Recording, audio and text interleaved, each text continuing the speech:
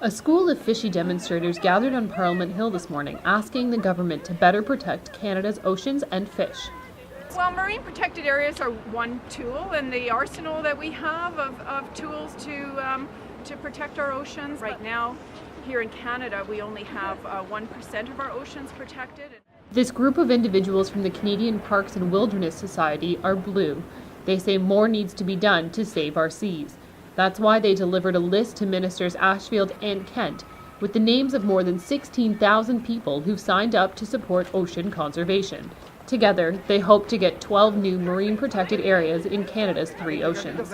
We're hoping that the ministers will see this as a positive sign and will be encouraged by the level of public support for their work to establish marine protected areas in Canada's 3 oceans, in the Atlantic, the Arctic, and the Pacific Ocean. The lack of protected areas for sea life is one frustration raised in the Environment Commissioner's annual report released last month.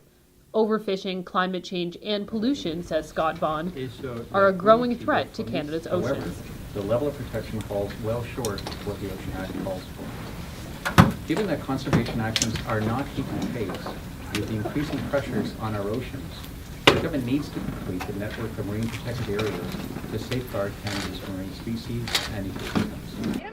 While individuals holding giant blue fish walked around the Peace Tower, politicians inside debated the budget for the Department of Fisheries and Oceans. For the year, we will have just over $1.9 billion in spending authorities.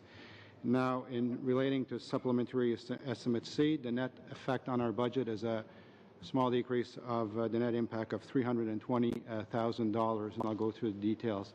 Now, although this is a small decrease, it doesn't mean that we have not brought in any additional funding through these estimates.